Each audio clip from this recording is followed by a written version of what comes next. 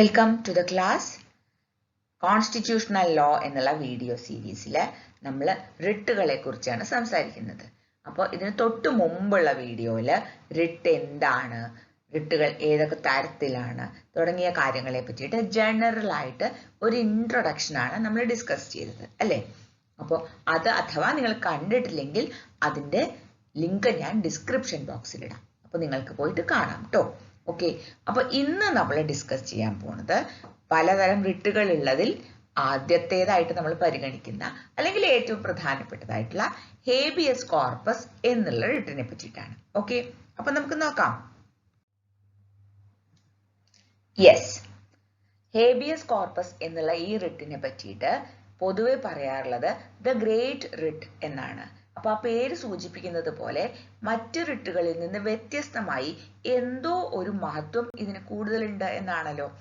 അതായത് ഇന്ത്യയിൽ മാത്രമല്ല, മറ്റ് ജനാധിപത്യ രാജ്യങ്ങളിലൊക്കെ, ഇപ്പോൾ അമേരിക്കയില്, ബ്രിട്ടനില്, അതുപോലെ ജനാധിപത്യം എക്സിസ്റ്റ് ചെയ്യുന്ന എല്ലാ രാജ്യങ്ങളിലും വളരെ കൂടുതൽ ആളുകൾ സ്വന്തം വ്യക്തി സ്വാതന്ത്ര്യം, ഇൻഡിവിജ്വൽ ഫ്രീഡം പ്രൊട്ടക്ട് ചെയ്യാൻ വേണ്ടി ഉപയോഗപ്പെടുത്തുന്ന ഒരു റിട്ടാണ് ഇത്. ഹേബിയസ് കോർപ്പസ് എന്നുള്ള ലാറ്റിൻ വാക്കിന്റെ അർത്ഥം to have the body of എന്നാണ്. അതായത് ആരെയാണോ അന്യായമായി തടങ്കലിൽ പാർപ്പിച്ചിട്ടുള്ളത്, അത് സാധാരണയായിട്ട് പോലീസ് ആണല്ലോ ഇത്തരത്തിലുള്ള അന്യായമായിട്ടുള്ള അറസ്റ്റുകൾ നടത്തുന്നത്. അപ്പൊ അത്തരത്തിൽ അന്യായമായി ആരെങ്കിലും തടങ്കലിൽ പാർപ്പിച്ചിട്ടുണ്ടെങ്കിൽ അയാളെ വിട്ടുകിട്ടണം എന്ന് ആവശ്യപ്പെട്ടുകൊണ്ടാണ് സാധാരണയായി ഹേബിയസ് കോർപ്പസ് ഫയൽ ചെയ്യുന്നത്. അതുകൊണ്ടാണ് അതിന്റെ പേര് to have the body of എന്നാണ്. അപ്പോൾ ഇത്തരത്തിൽ അന്യായമായ നിയമവിരുദ്ധമായ അറസ്റ്റ് നടന്നിട്ടുണ്ടെങ്കിൽ ഹേബിയസ് കോർപ്പസ് സാധാരണയായി ഫയൽ ചെയ്യാൻ 3 കാരണങ്ങളാണ് കാണിക്കാറുള്ളത്. മൂന്നിലേതെങ്കിലും ഒന്ന് നടത്തിയ അറസ്റ്റ് കുറ്റം ചെയ്യാത്ത ഒരാളെയാണ്, ഒരു കുറ്റവും ചെയ്യാത്ത ഒരാളെയാണ് അറസ്റ്റ് ചെയ്തത്. 2, അറസ്റ്റ് ചെയ്യുമ്പോൾ പാലിക്കേണ്ട മര്യാദകൾ പാലിച്ചിട്ടില്ല. പല മര്യാദകൾ ഉണ്ടല്ലോ. അതായത് അറസ്റ്റ് ചെയ്യുന്ന ആളോട് പറയണം എന്തിനാണ് അറസ്റ്റ് ചെയ്യുന്നത്, അയാൾക്ക് നിയമസഹായം ഉറപ്പുവരുത്തണം, 24 മണിക്കൂറിനുള്ളിൽ മജിസ്ട്രേറ്റിന് മുമ്പിൽ ഹാജരാക്കണം. ഇങ്ങനെയുള്ള പ്രൊസീജിയറുകളൊന്നും ചെയ്യാതെയാണ് അറസ്റ്റ് ചെയ്തത്. 3, അറസ്റ്റ് ചെയ്തത് നിയമപ്രകാരമാണെങ്കിൽ പോലും ഏത് നിയമപ്രകാരമാണോ അറസ്റ്റ് ചെയ്തത് ആ നിയമം അൺകോൺസ്റ്റിറ്റ്യൂഷണൽ ആണ്. ഇത്തരത്തിലുള്ള ഏതെങ്കിലും ഒരു ഗ്രൗണ്ടിന്റെ പുറത്താണ് സാധാരണയായിട്ട് ഹേബിയസ് കോർപ്പസ് ഫയൽ ചെയ്യുക. അതുകൊണ്ട് തന്നെ അത് പോലീസോ അതുപോലുള്ള executive functionaries of the government അവരുടെ അന്യായമായ അറസ്റ്റുകൾക്കെതിരെ ഒരാളുടെ വ്യക്തി സ്വാതന്ത്ര്യം ഉറപ്പുവരുത്താൻ വേണ്ടിയാണ് ഈ ഹേബിയസ് കോർപ്പസ് എന്നുള്ള റിട്ട് സാധാരണയായി ഉപയോഗപ്പെടുത്താറുള്ളത്. ഓക്കെ, അതുകൊണ്ട് തന്നെ ഹേബിയസ് കോർപ്പസ് ഉറപ്പുവരുത്തുന്നത് ഒരു പ്രൊസീജിയറൽ റെമഡിയാണ്. കോടതി റിട്ട് ഇഷ്യൂ ചെയ്തിട്ട് ആവശ്യപ്പെടുന്നത് നിങ്ങൾ ആരെയാണോ അറസ്റ്റ് ചെയ്തത് അയാളെ കോടതിക്ക് മുമ്പിൽ ഹാജരാക്കൂ, ഞങ്ങൾ പരിശോധിക്കട്ടെ ഈ അറസ്റ്റ് ന്യായമാണോ അല്ലയോ എന്ന്. അഥവാ കോടതിക്ക് ന്യായമാണ് എന്ന് ബോധ്യപ്പെട്ടാൽ കോടതി അയാളെ തിരിച്ച് ജയിലിലേക്ക് തന്നെ പറഞ്ഞയക്കും. പക്ഷേ അത് ആ ഫെയർനെസ് ഉറപ്പുവരുത്തുന്നു എന്നതാണ് ഹേബിയസ് കോർപ്പസിന്റെ പ്രത്യേകത. ഓക്കെ, അതുകൊണ്ട് തന്നെ ഹേബിയസ് കോർപ്പസ് മറ്റൊരു റെമഡിയും വാഗ്ദാനം ചെയ്യുന്നില്ല. അറസ്റ്റ് ചെയ്ത ആളെ അറസ്റ്റ് ചെയ്തത് ന്യായമാണോ അല്ലയോ എന്ന് പരിശോധിക്കുന്നു എന്നല്ലാതെ അഥവാ ന്യായമായിട്ടാണ് അറസ്റ്റ് ചെയ്തതെങ്കിൽ ഇനി തുടർന്ന് അങ്ങോട്ട് ഫെയർ ട്രയൽ പ്രൊസീജിയർ ഉറപ്പുവരുത്തുക എന്നതൊന്നും ഈ റിട്ടിന്റെ ഭാഗമായിട്ട് വരുന്നില്ല. ഈ റിട്ട് കൃത്യമായിട്ട് ഒരു പ്രൊസീജിയറൽ റെമഡിയാണ്. പ്രൊസീജിയറൽ ഫെയർനെസ്, അതായത് ഒരാളെ ന്യായമായിട്ടാണോ അന്യായമായിട്ടാണോ തടങ്കലിൽ വെച്ചത് എന്ന് പരിശോധിക്കുകയാണ് ഹേബിയസ് കോർപ്പസ് ചെയ്യുന്നത്. അതുകൊണ്ട് തന്നെ അറസ്റ്റ് ചെയ്യപ്പെട്ട ആൾക്കോ അയാൾക്ക് വേണ്ടി മറ്റാർക്കെങ്കിലുമോ ഈ പെറ്റീഷൻ ഫയൽ ചെയ്യാനും സാധിക്കും. കാരണം അറസ്റ്റ് ചെയ്ത ആൾ പലപ്പോഴും കമ്മ്യൂണിക്കേറ്റ് ചെയ്യാവുന്ന ഒരു അവസ്ഥയിലാവില്ലല്ലോ, പ്രത്യേകിച്ചും അന്യായമായിട്ടാണ് അറസ്റ്റ് എങ്കിൽ. അതുകൊണ്ട് മറ്റാർക്ക് വേണമെങ്കിലും ഈ പെറ്റീഷൻ ഫയൽ ചെയ്യാവുന്നതാണ്. 1872 കുറച്ച് ഹിസ്റ്ററി പറയുകയാണെങ്കിൽ 1872 CRPC ക്രിമിനൽ പ്രൊസീജിയർ കോഡിലാണത്രേ ആദ്യമായിട്ട് ഇന്ത്യയിലെ ഹേബിയസ് കോർപ്പസ് എന്ന ഒരു പ്രൊസീജിയറൽ റെമഡി ഇൻക്ലൂഡ് ചെയ്തിട്ടുള്ളത്. ഇന്ന് നമ്മൾ കോൺസ്റ്റിറ്റ്യൂഷണൽ ലോയുടെ ഭാഗമായിട്ടാണ് അതിനെ ഡിസ്കസ് ചെയ്യുന്നത് എങ്കിൽ പോലും ഒറിജിനലി ഇന്ത്യയിൽ അത് CRPCയുടെ ഭാഗമായിട്ടാണ് നിലവിൽ വന്നത്. ഇനിയോ ആദ്യത്തെ ഹേബിയസ് കോർപ്പസ് റിട്ട് ഇഷ്യൂ ചെയ്തത് 1775 Kolkata supreme court of judicature ആണത്രേ. ആർക്കെതിരെയാണ് ഇഷ്യൂ ചെയ്തത്? അന്നത്തെ ഇന്ത്യയിലെ ഹയസ്റ്റ് ഒഫീഷ്യൽ ആയിരുന്ന ഗവർണർ ജനറൽ വാറൻ ഹേസ്റ്റിങ്സിനെതിരെയാണത്രേ. ഇത് വളരെ ഇൻട്രസ്റ്റിംഗ് ആയിട്ടുള്ള ഒരു ഫാക്ട് ആണ് അല്ലെ. ഇനി ഹേബിയസ് കോർപ്പസിനെ കുറിച്ച് പറയാനുള്ളത്, ഈ റിട്ട് സാധാരണയായി പബ്ലിക് അതോറിറ്റീസിനെതിരെ അല്ലെങ്കിൽ എക്സിക്യൂട്ടീവ് അതോറിറ്റീസിനെതിരെ, ഇപ്പൊ ഞാൻ നേരത്തെ പറഞ്ഞതുപോലെ പോലീസ് അതുപോലെയുള്ള ഫംഗ്ഷണറീസിനോ എതിരെയാണ് സാധാരണയായിട്ട് ഉപയോഗിക്കുന്നത്. കാരണം അവർക്കാണല്ലോ അറസ്റ്റ് ചെയ്യാനുള്ള അധികാരമുള്ളത്.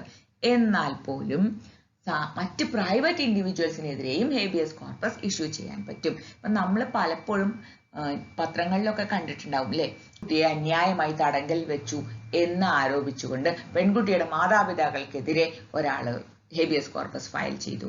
അങ്ങനെയുള്ള കേസുകളൊക്കെ ധാരാളം നമ്മൾ പത്രങ്ങളിൽ കാണാറുണ്ട്. അപ്പോൾ അടിസ്ഥാനപരമായിട്ട് ഹേബിയസ് കോർപ്പസിന്റെ പർപ്പസ് ന്യായമായിട്ടാണോ അന്യായമായിട്ടാണോ ഒരാളുടെ വ്യക്തി സ്വാതന്ത്ര്യത്തിൽ മറ്റൊരാൾ കൈ കടത്തുന്നത് എന്ന് പരിശോധിക്കുക മാത്രമാണ്. ഓക്കെ, അപ്പോൾ ഇതിൽ നിന്ന് നമ്മൾ എന്താ മനസ്സിലാക്കിയത്? ഹേബിയസ് കോർപ്പസ് എന്ന റിട്ട് സാധാരണ പൗരന്മാരുടെ ഇൻഡിവിജ്വൽ ഫ്രീഡം ഉറപ്പുവരുത്താൻ വേണ്ടി ഉപയോഗിക്കുന്ന ഒന്നാണ്. ഓക്കെ, ഇനി നമ്മൾ ഹേബിയസ് കോർപ്പസ് എന്ന റിട്ടുമായി ബന്ധപ്പെട്ട് നമ്മൾ പഠിച്ചിരിക്കേണ്ട ചില പ്രധാനപ്പെട്ട കേസ് ലോസിനെ കുറിച്ച് കൂടി മെൻഷൻ ചെയ്യാം അടുത്ത സ്ലൈഡ്. ഓക്കെ, ആദ്യത്തെ കേസ് തന്നെ AK Gopalan versus state of Madras 1950. Okay, സ്വാതന്ത്ര്യം കിട്ടി അധികം താമസിക്കുന്നതിന് മുമ്പ് AK ഗോപാലൻ ഒരു കമ്മ്യൂണിസ്റ്റ് ലീഡർ ആയിരുന്നു.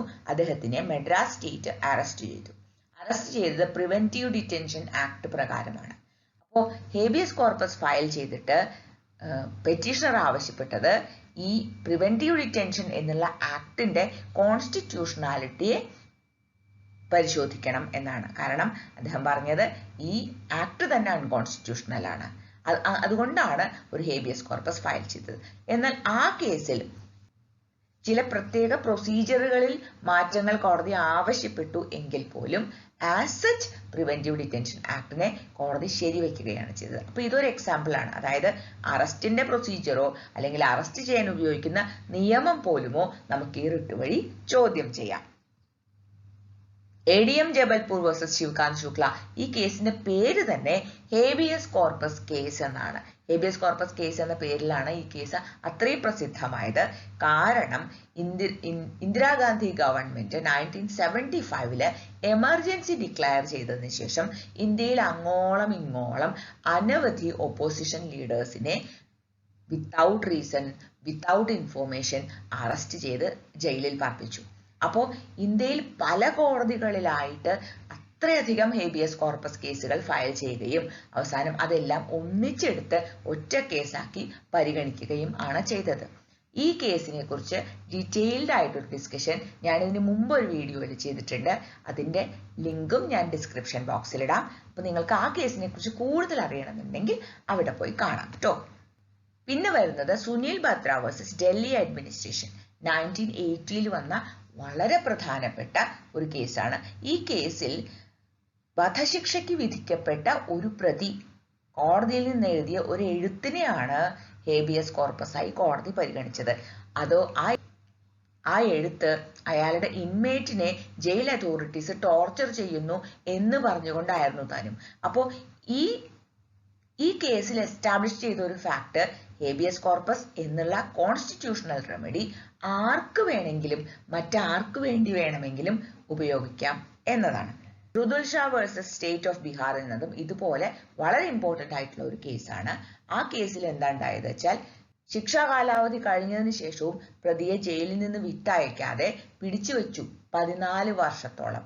ഇത് അറിഞ്ഞ് മീഡിയ ഇൻഫ്ലുവൻസ് വഴി ഒരു ഹേബിയസ് കോർപ്പസ് ഫയൽ ചെയ്യുകയും അങ്ങനെ ആ പ്രതിയെ വിട്ടയക്കാൻ ഓർഡർ ആവുക മാത്രമല്ല, ആ പ്രതിക്ക് അത്രയും വർഷത്തേക്ക് നഷ്ടപരിഹാരം കൊടുക്കാൻ കൂടി ഓർഡർ ആയി.